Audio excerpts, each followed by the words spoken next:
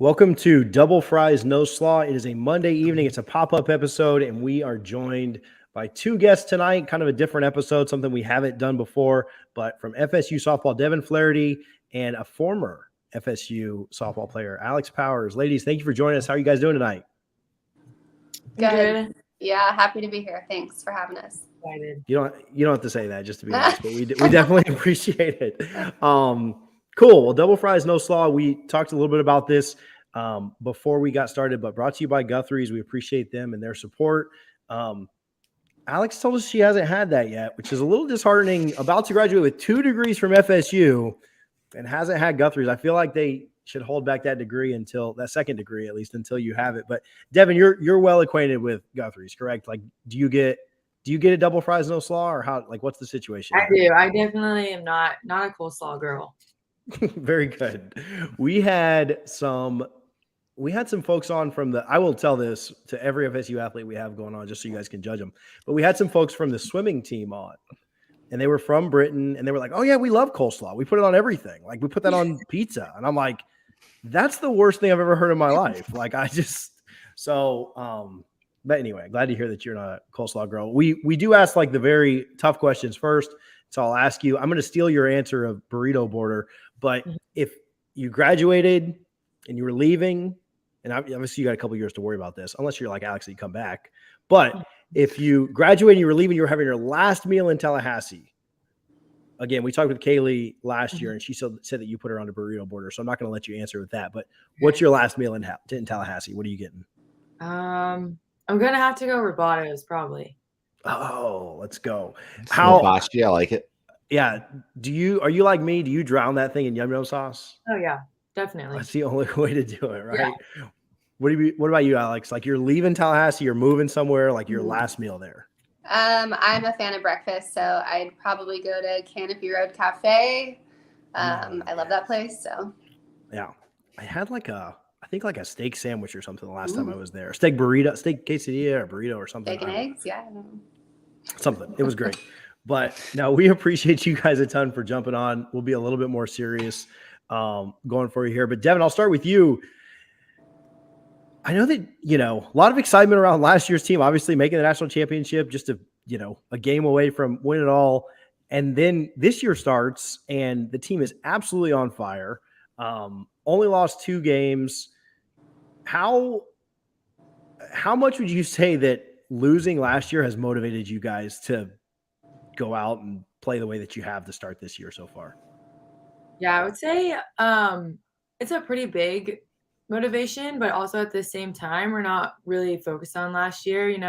Frankie, our head of equipment, kind of came up with a saying on the back of our lift shirts, and it says, nobody cares, work harder. And so we knew like it was going to be a big talk, national runner-up, losing to Oklahoma. But we're a new team, we're a new squad, and no squad's the same. And we bring we're kind of young, but we also bring a lot of older people back and some talent back. And so it's just really cool to see how early it formed, and then to go through the season and have the highs and the lows of last year, and then be able to teach some of the rookies about that this year and kind of see how we come together. It's been really cool. And I don't think anyone really expected it. We kind of just came out to play Florida State softball, and we got to learn a lot about ourselves early on, and we still are. And I think that's what's so cool, is just kind of seeing how different we are than last year, and obviously using last year as a lesson as well. Devyn, you just mentioned Frankie. So Red Lightning, a legend for all Florida State fans, going back to that 2013 season. I think it started in the Syracuse game when he was going stride for stride with the Kermit Whitfield down the sideline. He was with you guys for a national title. He's with the soccer team. Is he just a good luck charm? And how cool is it having him? Because most Florida State fans probably know who he is, but don't know anything about him other than those 2013 football highlights. Yeah, I mean, it's so cool. Frankie does so much for us, and he brings, he obviously does his job amazingly, but he just brings energy every single day, and he wants the best for us. And he really is just there every step of the way for soccer for us. Both on revenge tours this year, he likes to call it, and he's kind of ran with it. And it's just been really cool to see kind of how he stepped in and kind of just taken a part in our family. And it's just so funny that everyone kind of tweets about him every chance they get. Like he got some TV time in Clearwater, and it's just so cool to see how much attention he still gets. And we love to see it as a team too, because he deserves it. So how cool is that playing in Clearwater? You played high school in Sarasota. Mhm. Just what about everything from picking Florida State? You probably had some out-of-state schools coming after you, but you chose St. State. Was it always going to be a state school? And then you kind of mentioned it, getting to come back and play basically at home. How cool is that to do that in a tournament? Yeah, playing at Clearwater feels like home. Grew up playing at Eddie C. Moore, like all of my travel ball days. Have a lot of like really great memories there. And we actually went to my house to have dinner one night in Clearwater. So that was really awesome, getting to show the team kind of a little bit about me and my family. But it's awesome. I mean, I love Florida State. Would choose it a million times over. I think Alex can, kind of say the same thing. There's just no better place to be. And Clearwater is always a great experience for this team, no matter the wins or the losses. It teaches us so much so early, and just gets us in an environment that you might not see till closer to the end of the year. So it was really cool, and love playing all the great competition, and love how tough our schedule is every year. I definitely want to get back to Clearwater. I took my daughter to the Texas game, which I was thankful because she's 3. So it was much less stress than having her like at the UCLA game on Sunday night. Then I'd probably lost her or something. So anyway, I'll transition there to Alex though, because I want to talk about that. And then obviously the big game against Alabama that we had, some other big stuff coming up as well. But Alex, you were there for Devyn's recruiting process. And we talked about that a week or so ago. Talk to us a little bit about that. And then I want to talk a little bit about your career, and then we'll kind of bounce back and forth with both of you. But talk to us about being there for Devyn's recruit, like what your first impressions were, what your thoughts were. And then, follow that up with like how cool it is to see her. Like last year started every game of the season. She's making web gyms every other game and really productive behind the plate. And so just talk about kind of the beginning to even now of watching her. Yeah, so there's a couple people between Dev and Sid that I got to see heavily in their recruiting process because of their visibility and how much they were at Florida State and Tallahassee and how highly the coaches would speak of them. So seeing it all kind of come full circle has been really cool because they're not the only athletes that were kind of brought up and around our team, especially when I was there. Devyn was younger, and I think that really the coolest part in seeing her succeed now has been that there's been so many athletes that have come through and come up throughout their young years. And, while they were being recruited, they were committed. They spent a year or two at Florida State, but really seeing Devyn stay the course and then find a lot of success while she's there has been probably the coolest thing. And one of the things I'm most proud of, I would hope that she would remember, but Dev and Jess and I went to a volleyball game when the rest of the team went to like one of those trampoline bounce houses because Dev had just torn her ACL and I had hurt myself too. Obviously, tore a couple ACLs, and then Burroughs was just a little bit clumsy, being a pitcher and whatever else. And so we all had to go do something else, an extracurricular, while the rest of the team went to what is that trampoline, that bounce house place. So that was fun. That's definitely something I remember. So. That's cool. So you've also, okay, I want to talk to you about your career too, but so you've transitioned a little bit and you've been calling some games. You're on the call this weekend. What a welcome you got to calling games with a 24 inning marathon doubleheader a few weeks ago. We've talked about it on the podcast, but I legitimately started watching the game, took my wife to dinner, got ice cream, came back home and still watched the last 2 innings of the game. Pretty ridiculous there. But going back to your career, they showed the walk-off against Florida, and you downplayed that. You totally – we're not going to let you do that here. That's not allowed on this podcast. I appreciate humility, but we all know how much we hate Florida and Miami. And we all know what those rivalries mean in every sport. It doesn't matter what it is. Like, I drove to Orlando for men's and women's tennis to watch them play Florida. Like, that's just what we do. How good did that feel to walk off against them in that situation? Let's talk about that one. One of the best moments of my career. It's funny because some of the other ones don't really even involve my own success, but that one was a really cool one.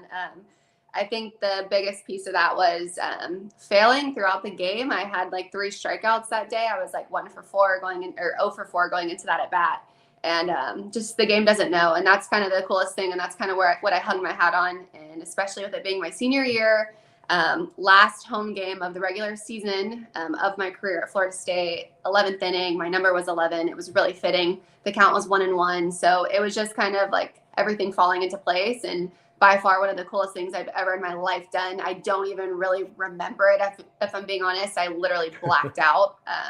So if I'm being completely honest, as soon as I hit the ball and threw my hands up in the air, like I don't even remember the rest of it other than crossing home plate and celebrating. So that was really cool. So, Alex, I want to get into your broadcasting career a little bit in a second, but you did spend some time with the USSA Pride. Just how cool is that to be able to expand your career beyond just college and get to play with someone like a Jesse Warren, who you play with at Florida State as well? Like that just seems like a really cool transition. And now what you're getting into beyond that, it just seems like a really nice natural flow of progression. Yeah. Playing in the pro league was one of the most humbling things that I've ever done in my career and probably my life. You're humbled quickly because of the talent that you're around, and you're also humbled because of the way in which you train and prepare and try to improve. And so it required so much self-awareness, so much accountability, so much just dedication and commitment to your craft. And I learned so much in the pro league, and so much so now that I always kind of joke like, oh, I wish I could go back to college now, knowing what I know about the game, the sport, and life. I got to compete alongside as my teammates, the home run leader in Lauren Chamberlain, people that were my rivals in college. You know, I've befriended very heavily a couple of people that, quite frankly, I didn't think I'd like beyond my college career because we were such, rivalry opponents throughout those college years. And so getting to play alongside them and be their teammate was one of the coolest experiences between Lauren and Kaylani Ricketts and Hannah Rogers, Amanda Lorenz, Sid Romero, Sierra Romero. There's so many great names in the game that I got exposed to simply because I took the chance to play professional, and I'm so grateful, and I was so humbled by the experience. Yeah, and Devyn, TJ kind of got into with Alex a little bit about her side of things, helping to recruit you to Florida State. But what was about Florida State and Coach A that really made you say, yeah, this is where I want to go for the next 4 years? We've had plenty of her players on this podcast, and they all have nothing but great things to say about her. Do you remember anything from your recruiting visit to Florida State, and what were your parents telling you, and just how easy was it to give that yes to Coach A? Yeah, I mean, it was definitely a different process because we were so young, but I think the thing that stands out the most to me in the recruiting process was just the girls like Alex, like to hear, Alex talking about kind of like how she's seen my success. It's just crazy to me because I grew up looking at Alex and being like, oh my God, she's so good. She's so amazing. Like, I want to be like her, like girls like her and Jessie and JB and all of them. I was just around them a lot. And so looking up to them and hearing her kind of talk about me is kind of surreal, honestly, because I'm here, but AP just talks about like in this culture, it's not really about yourself. It's about like everyone else and how can you make it better when, better than you found it. And that's like exactly what AP did. And I think honestly, hearing the girls talk about the culture and how they felt about each other is what made me make my decision, because I was pretty set on like a different school because my parents had both gone to Florida State, and then, my family went to Florida State, or my brother went to Florida State, and now my sister's coming here to play beach volleyball. So it's kind of like a family ordeal, and I wanted to be a little bit different, but I came on one last visit and I hung out with the whole team, and they were kind of just talking about the culture and what it's like here. And it kind of just made my decision really easy. And it was pretty easy after that, but definitely a difficult recruiting process a little bit because you're so young, but kind of just hearing AP talk about me is really crazy because just like knowing who she is and what she's done for this program is pretty incredible. It's going to make me cry. We're live. We can't edit this, so don't do it.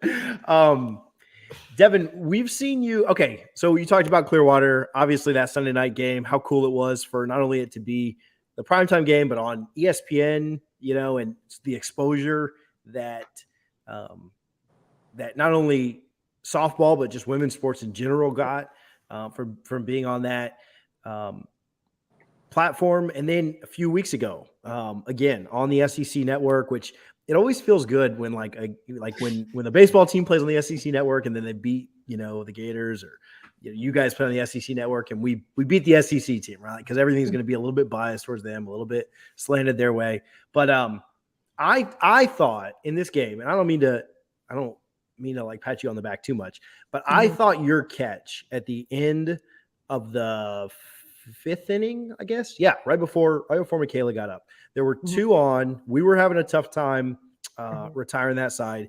You caught an absolute screamer, right, and into the inning. And I don't know if that scores another run. If it gets to the wall, it scores two, but, so I don't really know where the right fielder was or who could have gotten into it. But an absolute huge play. You've had a few plays like that this year that really were massive in the field. And then hitting's been really good too. Like you've, been good on both sides. I want to know what gets you more amped up, like a play like that against Alabama that maybe saves a run or two, or a double that scores a run or two. Like what do you get more excited about? What do you like more? I'll let you go from there. Honestly, I just like my team. Like I always, if you watch me, like I'm not really the home run hitter and I hit after Michaela a lot. It's like every time Michaela hits like a big home run, I'm like jumping up and down. I kind of just try to play my role, and we play really smart defense. So talk a lot in that line drive. Kaylee and I talked about it. I think it almost broke my finger. And then Kaylee was like, yeah, I'm glad you caught it. And so it's just funny. I mean, I think that's a really cool play to make, and hitting the double is really awesome. But like Alex even said it, like my favorite part of that game is hands down Michaela's home run. I mean, it's so amazing. And every other like amazing memory I have in college that I can think about as my favorite one is all my teammates. I think Danny Morgan has like 3 of my favorite memories. Yeah. So, I mean, both are cool, and I'm happy. I'm just really happy I can produce on both sides of the ball. College softball is really hard, and I would say I've had to work really hard to become the player I am. I'm not as naturally gifted maybe as some people are. So to be able to really help my team win whatever way I can and be a solid factor in that, I'm just happy to do it. Alabama, I wasn't having a great game offensively, so I'm happy I could contribute defensively. And other games, I might not have the best game defensively, and I'm just more happy that I can, score some runs for us or even, just make something happen. Yeah. I'll say that Danny's last year at the women's college, was that to tie it up or was that to take the lead? I think it was to tie it up, right? I think we were down two and it was a 2-run shot. 0, I think. So I think it was to take the lead, but then they you're right. Yes, I mean, you're right. The most surreal moment. And then Danny had a grand slam my freshman year against Alabama. Also the most surreal moment. So all these amazing memories, like they're not they're my teammates, and I'm just like so happy and lucky I get to be a part of them. It's so cool. We feel it too, though, because I was gonna say, like, so Danny's, we were at a restaurant and I was watching on my phone under the table, and so like I got yelled at when she hit it because I was supposed to be focusing on dinner that night. And then against Alabama, my kids were down, and I mean, you were there playing, right? Like it was late in the game and we hadn't scored but 1 run, and you just felt like, well, it's not our night, like we'll just, and then she hits that and I woke the kids up and got yelled at for that too. So anyway, the biggest source of frustration in this relationship is just me yelling about you guys hitting home runs and stuff. So speaking of home runs and stuff, Alex, talk to us a little bit about broadcasting, what you like about that, what's been kind of neat with that, and then how hard is it? Because I've sat in the press box for a couple of games. How hard is it not to react? If for nothing else, out of sheer exhaustion of a 17-inning game. But like when Ferrer hit that home run, like how hard is it not to just like, get up and dance on the table, right? And stay composed and be professional. I've definitely let some comments slip on accident before, like, oh, what were they doing on that play? But on the home run, especially, Chip Baker and I, like, there was a couple of balls that had been pretty deep that night, and Chip and I were like grabbing each other, like about knocking each other over. Probably me more so knocking him over because I'm probably a little bigger, but nonetheless, broadcasting has been really cool. It is personally my favorite way to stay in the game. I like doing camps and things like that, but I really love talking the game. I love the knowledge that I've learned, and I love to talk to people that know more than me and continue to teach me. So broadcasting has been more of like a passion project for me. I started right out of school. I started locally with some small community college games and state college level games, and just had a good gig locally, and then kind of expanded more into some other opportunities. And I just always said yes. I did some Stetson games. I got a game in Texas on ESPNU for national television. I thought it was really cool. Just taking chances, saying yes, and introducing myself to people. So Meg Aronowitz is who essentially got me connected through the ESPN gig, and then Kirby at Florida State. I reached out to him the last couple of years on the softball side, but I had a little bit limited of a schedule because of running my own camps and clinics. So it was kind of always hard to make it align. And the last couple of years through COVID, I essentially like minimized my camps and clinics and decided, if opportunities for broadcasting presented themselves, I was going to say yes. And so, like I said, it's definitely more of a passion project. I would love to do it all the time if it makes sense financially.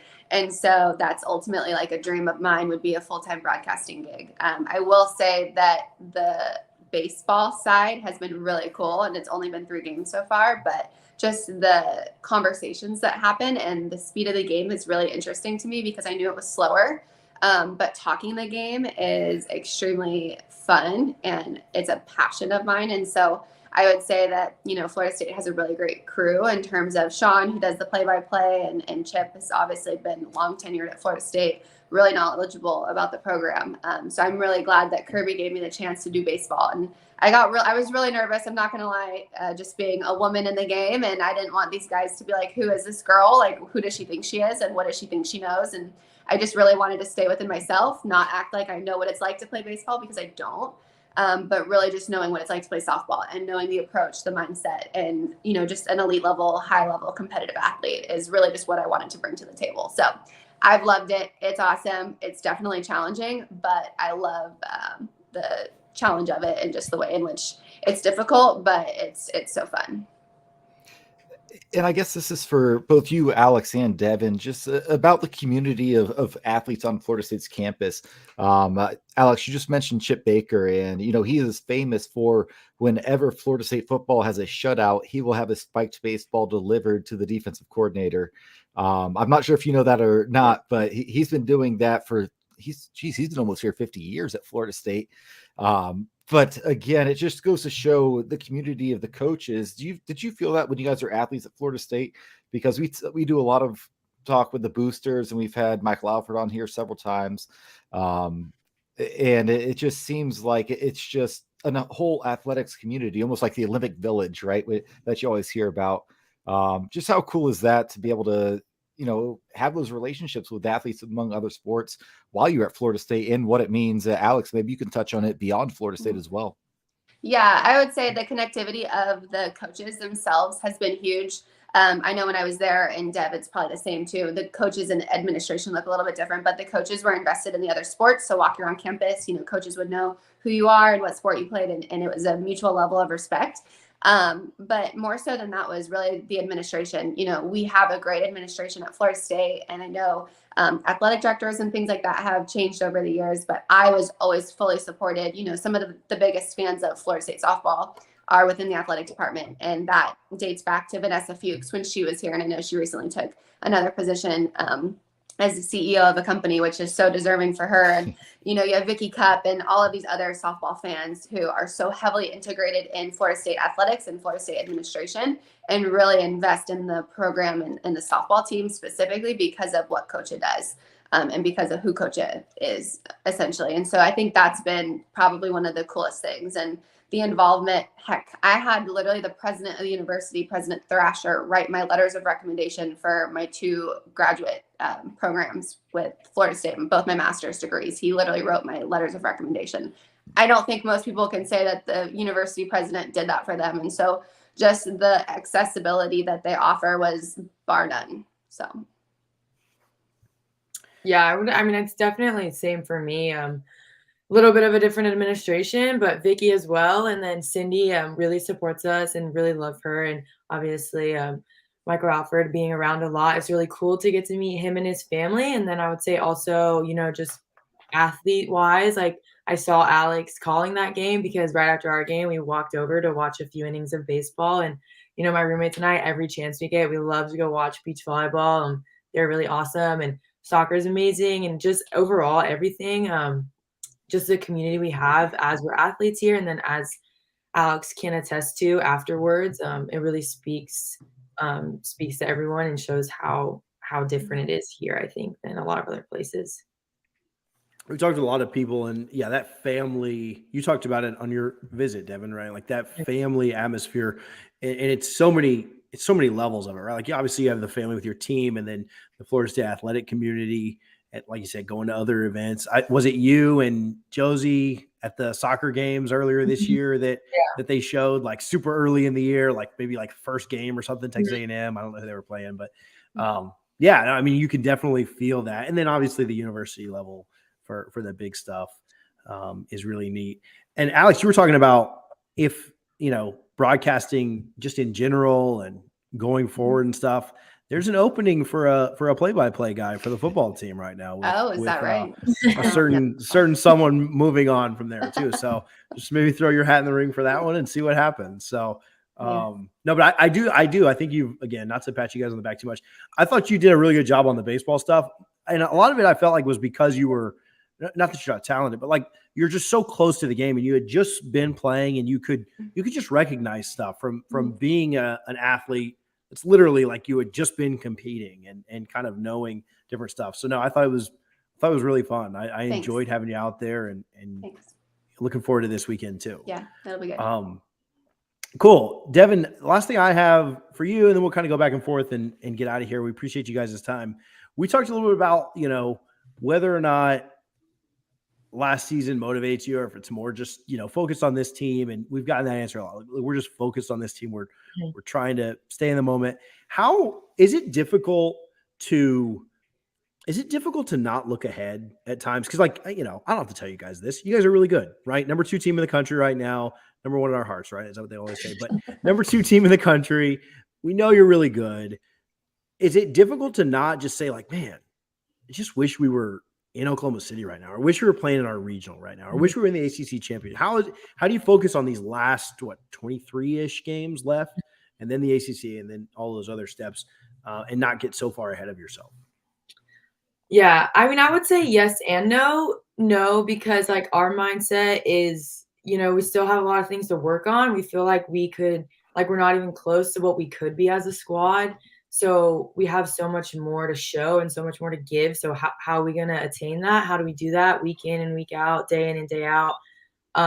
So I think, no, in that sense that we really want, more. We want to see more from ourselves, from each other, and, kind of see what we can do, because we know kind of have something special brewing, and we want to make the most of it and take advantage of it the best we can. And then I'll say yes, in the sense that, a little bit last year, I didn't think I realized how hard and how long postseason was. And so to think of it, it's a little bit daunting to know kind of what you have to go through to get back to where you want to go. But I mean, we've put in the work. We've, all off season, all year, we've put in the work to get where we want to go. So I think that makes it a lot easier to not think about that aspect of it. And then I honestly think those big time games that we've been playing has really kind of helped us realize what those moments in the postseason are going to feel like. So we don't have to be like, oh, what's it going to be like in LSU game 2 extra innings? We're getting a little bit of that right now with UCLA and Clearwater. So it's just really neat. I definitely think that we're in the moment, and it is hard, but we just really think we could be, we could do a little bit better. And so we're really just focused on that as a squad and excited to see where that can take us. Yeah, absolutely. We talked about this a little bit off air.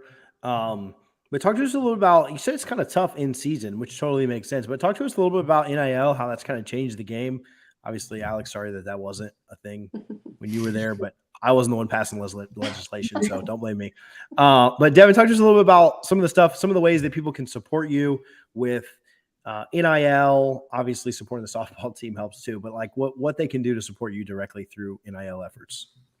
Yeah, NIL it's crazy. Kind of just passed right after season last year, and kind of, I think some older girls like Sid tries to take a lot of opportunities because, it's her last year, whereas some of us younger girls were a little bit nervous, kind of feel out the water, and then signed with no off-season sports, and they've really helped me with a lot. And I actually just launched some clothes, and so just kind of excited to see how that does and see what it does. A good starting point. I think a few of us have that. Sid has that. I know Mudge is, looking to do some stuff like that. Michaela, it's really cool, but it is difficult in season because, you think you have all this free time on the road and you have like a day off, but you just don't realize, especially now with, the end of semester coming up, how busy you are and how much you kind of need that downtime to just relax and, take a break. So it is really difficult, but I think a lot of us are trying to take advantage of it and kind of just use it to the best of our ability.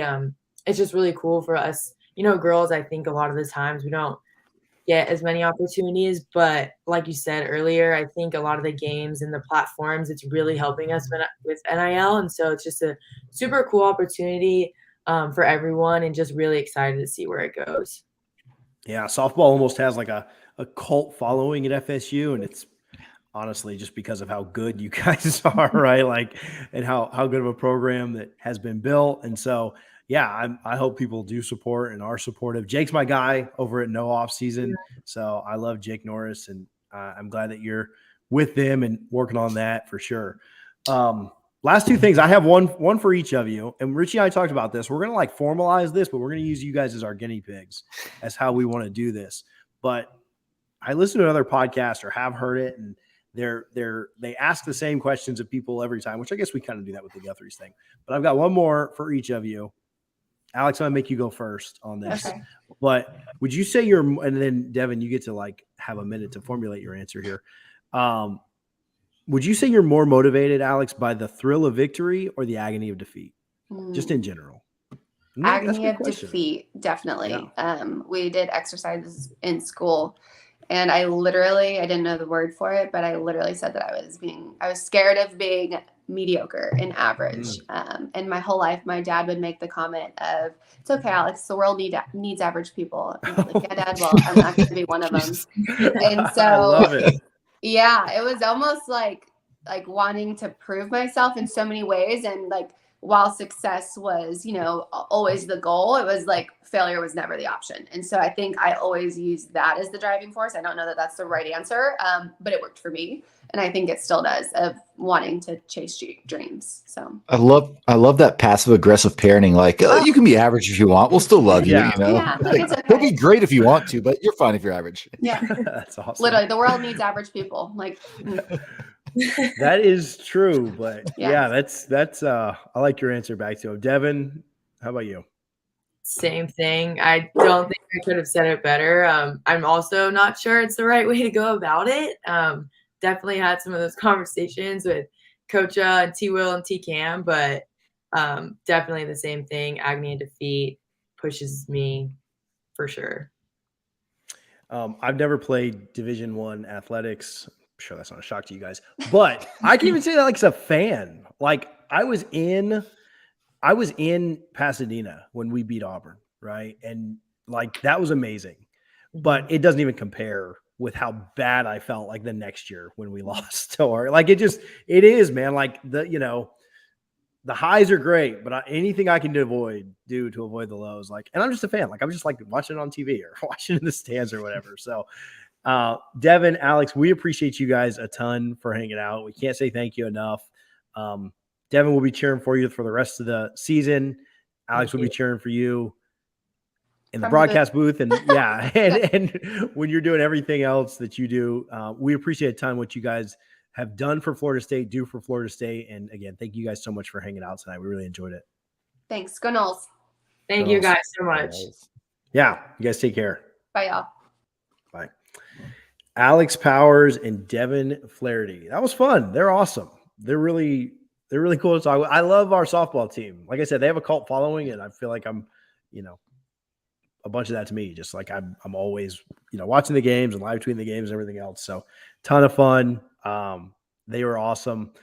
I have one quick shout out and then we'll get out of here. Softball and baseball have some really cool shirts that Garnet and Gold has put out. They're gold. You guys know the Sunday golds that both teams wear. Yeah. Go check them out, garnetandgold.com. Use No Slaw, NOSLAW at garnetandgold.com.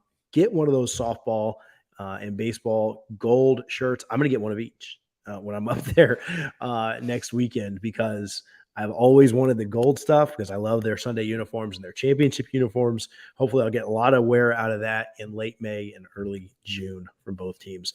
I don't have anything else. Richie, you got anything before we go?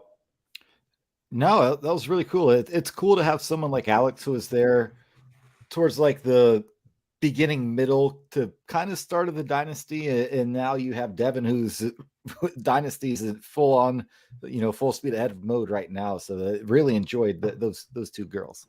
Yeah, they were fantastic. So, well, good stuff. Appreciate FSU softball and FSU's athletic program for letting us do those interviews. Ton of fun with both of them. Support the FSU softball NIL, especially Devyn, who was gracious enough with her time to come on here and chat with us. We will be back on Sunday to talk about whatever happens in the Final Four, to talk about this week of spring football, to talk about hopefully, I believe, a 4-0 week they play 4 games, 5 games. I don't know. 4-0, 5-0 week for softball. Baseball plays tomorrow night, so excited for that to beat Florida. We'll be back on Sunday to talk about all of it. Until then, go Noles. Real quick. Duke or Carolina? Who do you got? Because I got Duke winning. We'll be live. Yeah, I got Duke. I got Carolina winning, and I cannot wait. I'm ready for Duke. Can we bet something? Can we bet something on here? It's going to be a little bet. Yeah. We can do a little bet. Harlan's got Duke as well. We can do a bottle of bourbon, $50 or less. That's kind of my wheelhouse. I'll go with that. Bottle of bourbon. Yeah, that goes well with my lifestyle. So, but you got to buy it for me and Harlan if you lose. No. All right. No, I will actually. I will. But you both have to get me a handle. You both give me a handle. I get you both a $750. I think that's fair. That'll work. We'll see you Sunday. Cool. We'll be back on Sunday. And now you got me cheering like FSU football fans, but go Duke.